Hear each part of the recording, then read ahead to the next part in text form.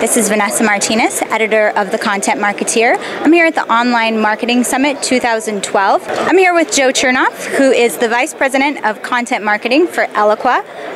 Thanks for being with us, Joe. Thanks for having me. So you had a very popular keynote last night talking about how content marketing and marketing automation work together. And so I think a lot of people are now thinking about the processes that you were talking about, and we want to know a little bit more about, as content marketers, how marketing automation informs content strategy. So in some ways, content marketing and marketing automation are a perfect match, because content marketing is really all about sprinkling breadcrumbs that lead a prospect all the way down the path to a purchase. And marketing automation is really good at helping do that, right? It's the engine that drives that entire process. So from that perspective, content marketing and marketing automation are very complementary, because without content, there's no fuel for the marketing automation engine. That said, in some ways they're very different, because when you go way to the top of the funnel and you try to create content to get your company discovered for the very first time, that content shouldn't be gated, or in other words, there shouldn't be a form in front of that content, form that would allow the marketing automation system to capture very valuable information. There shouldn't be a form at that stage, because your goal is to get information to spread, and a form will blunt that process. So in that capacity, marketing automation and content marketing are sort of at odds. In the end, it's very complementary methodologies, but for that one little wrinkle, and that one little wrinkle being content way at the top of the funnel. Well, and let's talk about let's talk about, you have kind of four stages lined up. Will you take us as briefly as we can through where, that sales funnel that you were talking about and the content creation stages along the way? Sure. So sort of for illustrative purposes, we broke the funnel into 4 stages. At Eloqua, we've got a lot more than 4 stages, but from a conceptual standpoint, 4 seems to work. Way at the top you have suspects, which is everybody in the world that could possibly be interested not only in what you sell, but in the content you create. And then a tick down is prospects, and that's everybody in the world that could be interested in what you sell, but have raised their hand and said, here's a little information on me in exchange for a little more content from you. So it's people that have filled out a form, essentially. And then the next level down are leads. It's hand raisers whose behavior when they engage with your content is consistent with what your buyers do.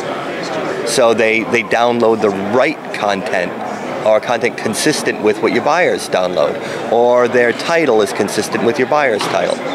And then if those folks have indicated an interest in purchase, now they become an opportunity, and that's when marketing routes that person over to sales. Yeah, I think it's fascinating, and you've also got, I assume there will be a slide share with all of the beautiful slides that Just 3 were collaborated on with you, correct? So yes, we do. We will put it on SlideShare.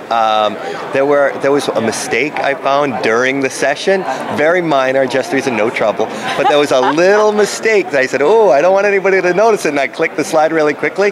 So once I fix that, it'll be on SlideShare, and incidentally, each of those slides is hand-drawn, so it takes a while to fix a typo when somebody's hand-drawn a slide. Yeah, very interesting. You're such an editor. All the editors are going to be very happy to hear that.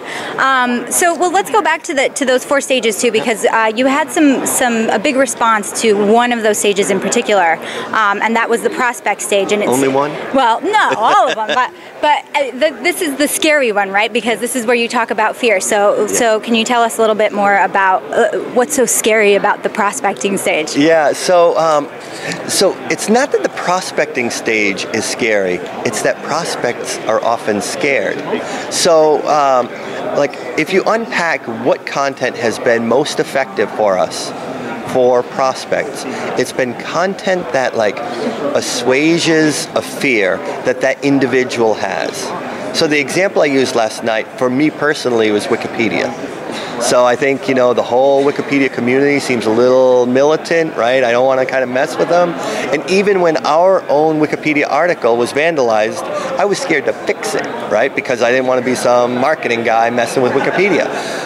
And that informed a piece of content. We created the Eloqua Grande Guide to Wikipedia, not because we sell Wikipedia services, we don't, but because we sell to marketers, and I figured there are a lot of marketers out there that have a similar kind of unspoken fear, right? I was suffering in silence about Wikipedia. So why not create a piece of content that nobody has to admit that, like, I don't know about this? They can just kind of download it, read it in their spare time, and suddenly they don't have to worry about it anymore.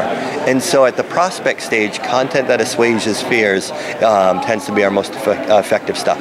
Yeah, and it's. Do you think that people actually though do have some challenges at this level creating the kind of content that at least identifying where that what that content is going to be? Yeah, I mean, that's where it's more art than science, right? There's no data that says 3 out of 4 of our potential buyers are scared of Wikipedia, right? I don't have that study. But like, I've got myself, and I know I'm scared of it, and I mentioned somebody else, hey, how do you fix this Wikipedia problem? Like, I'm not touching Wikipedia. So I got a sample size of 2, but I was 100%, right, that 100% successful. We were both scared of it. So in other words, it takes some knowledge, some intimacy with your buyer. You got to kind of understand the persona that you're selling to. And the more you understand either your active customer or your ideal customer, the more you understand them as a human and a professional, the better instincts you will have at kind of figuring out what it is that keeps them up at night. And then you'll be able to help them sleep a little better with some content you produce for them. Yeah, it's really phenomenal stuff. I'm looking forward to seeing more of it. And I think we're also wondering where maybe people are going to be able to find you this year on the conference circuit. What's coming up next for you? If people want to see what Joe Chernov has to say next about the 4 stages, or see the fixed slide, yeah. where will we do that? Well, I don't know what's next. I got a bunch of things. Whatever trip it tells me to do, whenever they tell me to get on a plane, I get on a plane. But I'm looking forward to Content Marketing World. I think last year, that was my favorite conference I attended. Oh, and South by Southwest, I'm on a panel there. Oh, well, that's coming up very soon. Yeah, that's my next big one. So it's the state of social media on a panel with Jesse Thomas from Jess3 and Brad McCarty at The Next Web and Yasha Kekis-Wolf at MindJet, so it's a good panel. Yeah, that sounds fantastic. Yeah. Well, thanks for talking with us, and we look forward to your fixed slide. All right, thank you. Okay. Bye. Bye.